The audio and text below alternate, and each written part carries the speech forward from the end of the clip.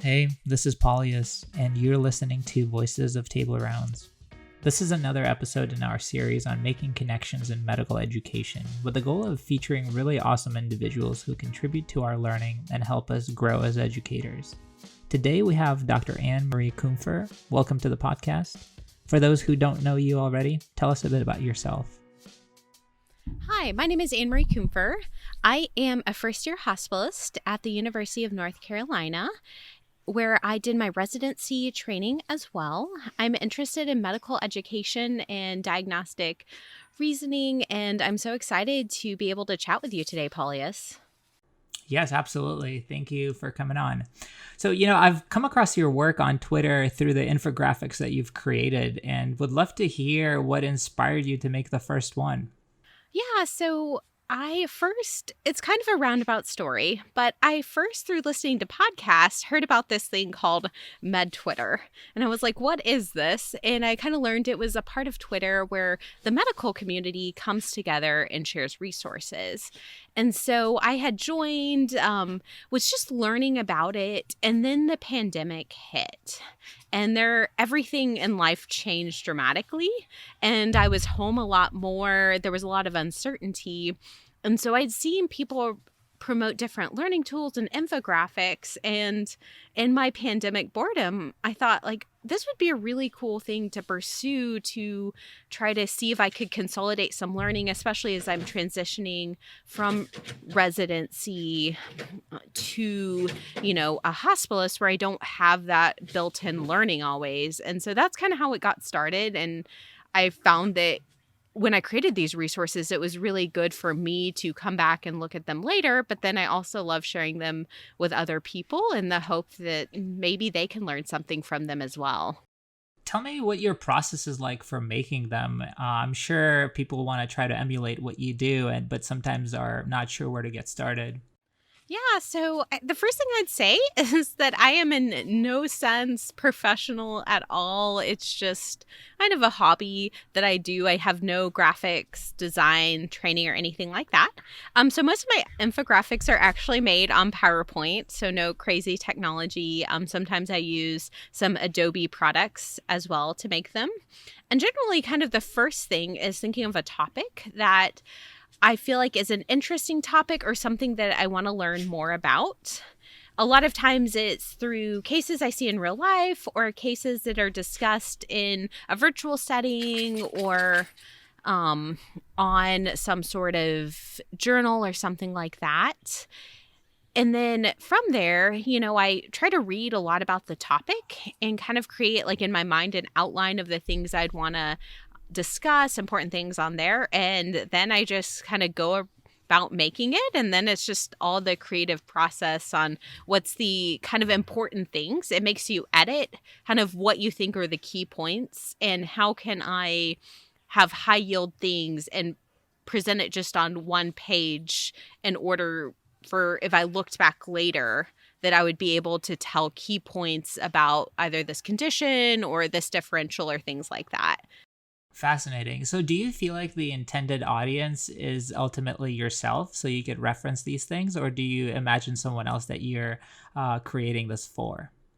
So really, ultimately, I would say a lot of it is for myself and for my own learning. I do create some infographics with kind of the goal of sharing it with other people, whether it be students and residents and learners that I work with. Sometimes, I think, this would be a cool topic that if I were to give a talk on this topic to be able to pull up this infographic to reference it. But a lot of times I'm creating them for myself to say hey, what are the things I'd want to look back on and quickly be able to reference later if I was thinking about this lab abnormality or this condition.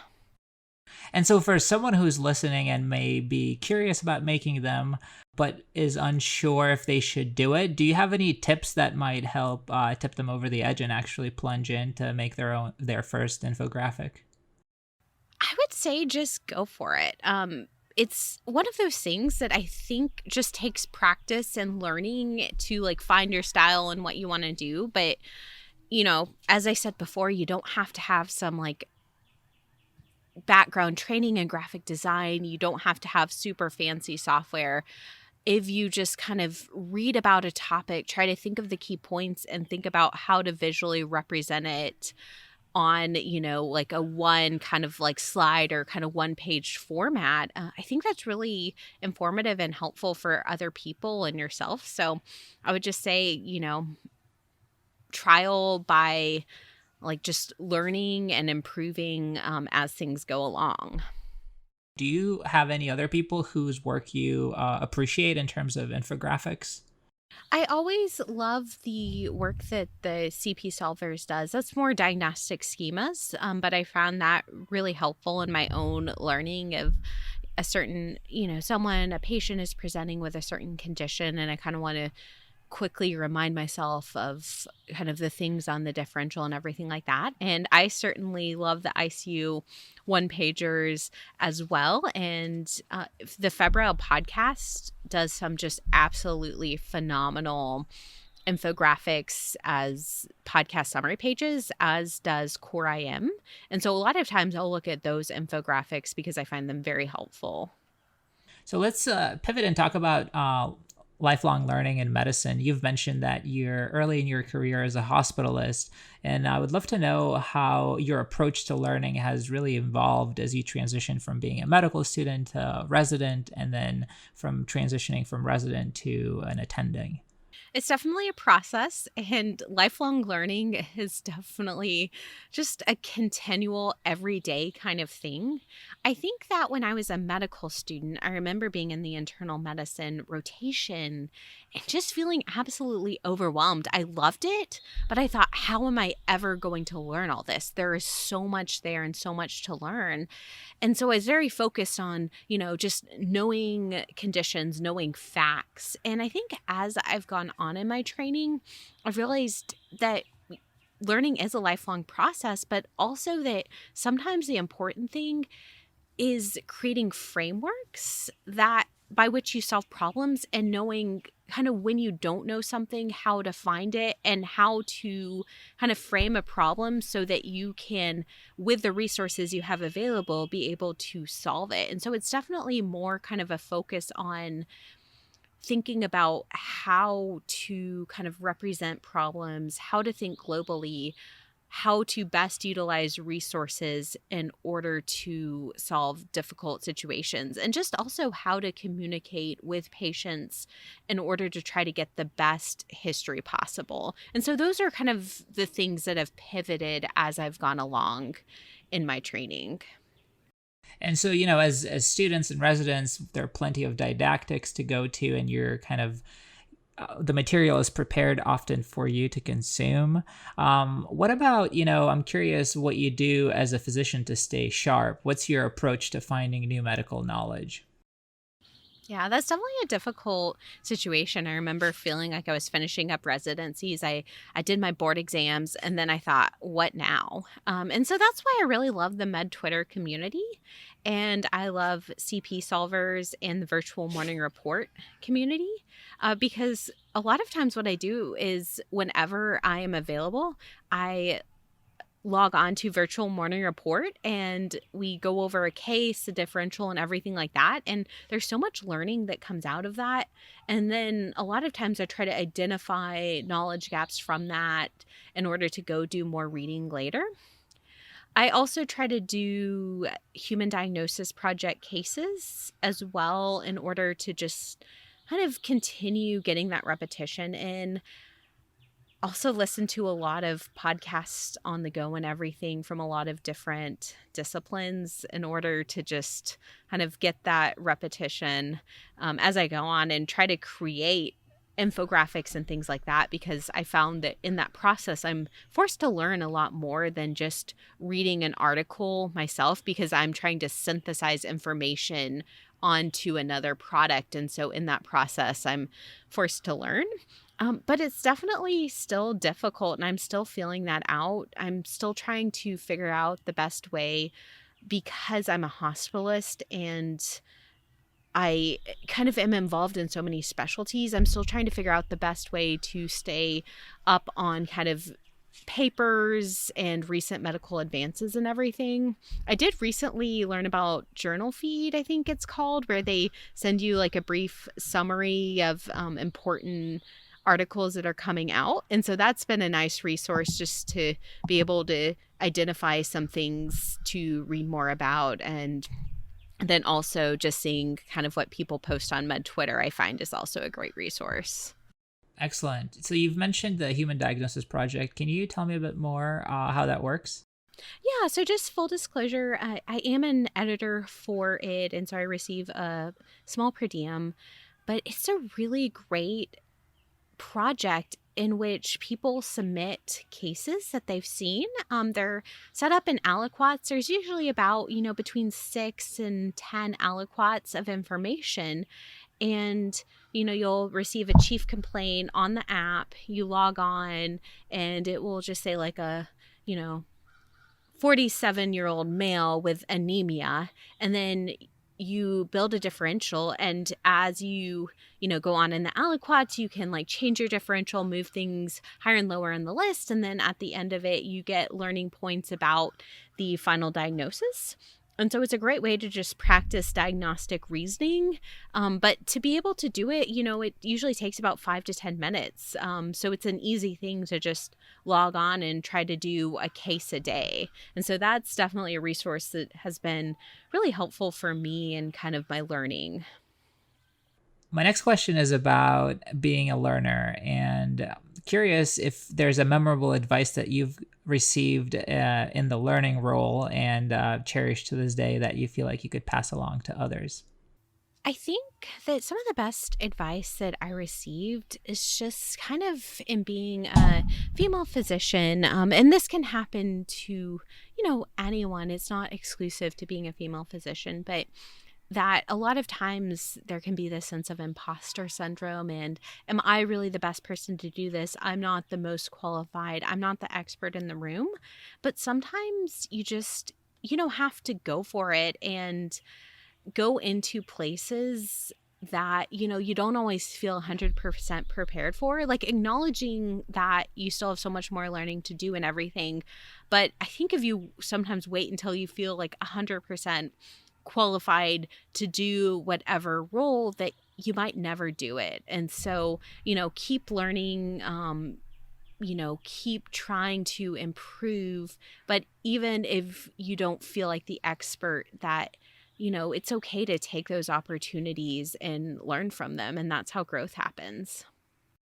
Let's look ahead and kind of pontificate about what the future of medical education holds. And as you've alluded to, some of the medical education communities like Med Twitter and Virtual Morning Report, these have really changed the way that we exchange medical knowledge.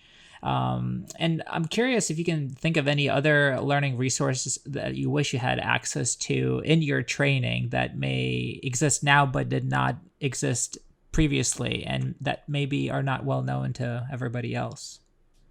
Well, I don't have like a secret stash of medical resources or anything like that, but I think just kind of utilizing there's so many amazing podcasts out there, both general internal medicine and specialty specific, that learning from those on the go, I felt like is really helpful. And then just using resources that are available. As you've mentioned, the CP Solver's Virtual Morning Report, where you can log in daily, but you can also listen to the YouTube video after the event.